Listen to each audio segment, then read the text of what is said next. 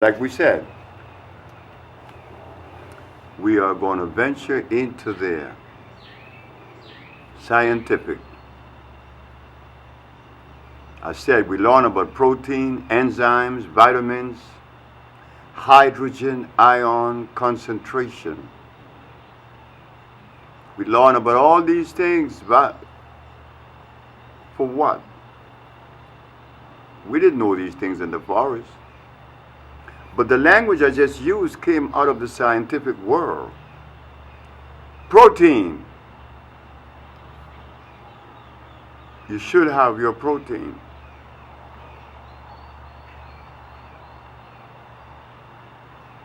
Did we have protein in the jungles? The answer is no. We didn't have any of that. We had fruits, leaves, and roots that we ate that kept us healthy. And even up until the last century, when Leni Riefenstahl went to Sudan and began recording the Nuba, she saw some very healthy people, and all you need to do is buy the last of the Nuba. They didn't have any machines to develop their muscles, nor did they did exercise, because they didn't do that. They don't do that.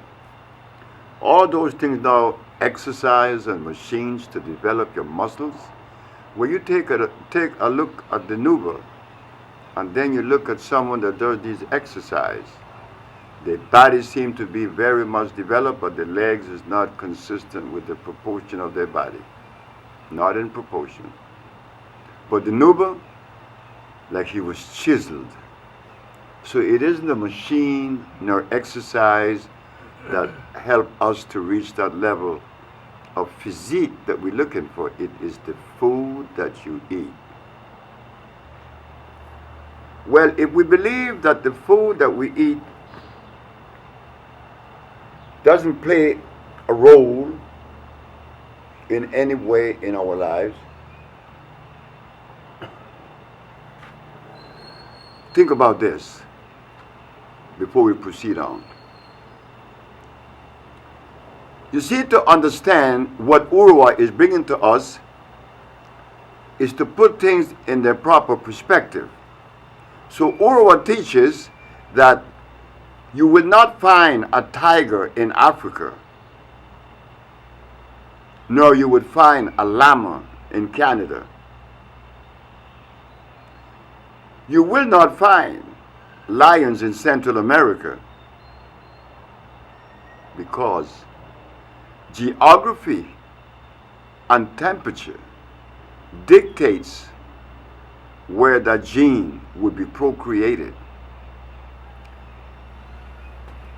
Again, we repeat, you will not find tigers in Africa, nor you will find the llamas in South America. But when the history is told to us, because remember, we're so vulnerable, they tell us everything, and we have to believe.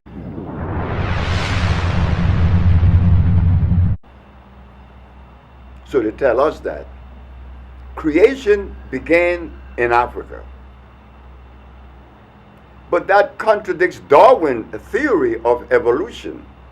Well, I am not concerned with Darwin's theory of evolution or any other historical documentation if it wasn't an African, because it doesn't make sense that all life began in Africa. Well, we ask the question with our African sense, if all life began in Africa, Chinese, Arab, Eskimos, white people, and black people came out of Africa? Well, how did it start it? That all these different complexions exist. Are you telling me that all life began in Africa as far as Homo sapiens is concerned? But when we look at that particular philosophy or that particular giving, that doesn't apply to any plants and animals. Why should it apply to us? And what applied to those natural animals and plants applies to us. But they're telling us no. It's different with Homo sapiens. We all came from Africa and then distributed. We all were born in Africa. Well, I asked the question, were we all white or black? Chinese or Eskimo in the beginning? Because now we have those races and different genes. Doesn't make sense. Because if it all began in Africa, we all would have the African gene.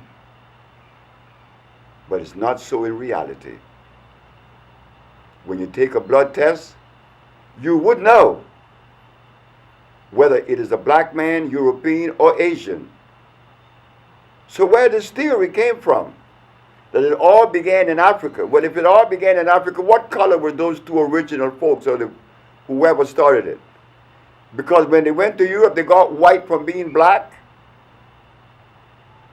And the black man that is black, what was he before? You see, it just could get confusing. Just like the animals, the plants, we obey that natural call of life. Nobody began in Africa but the black man.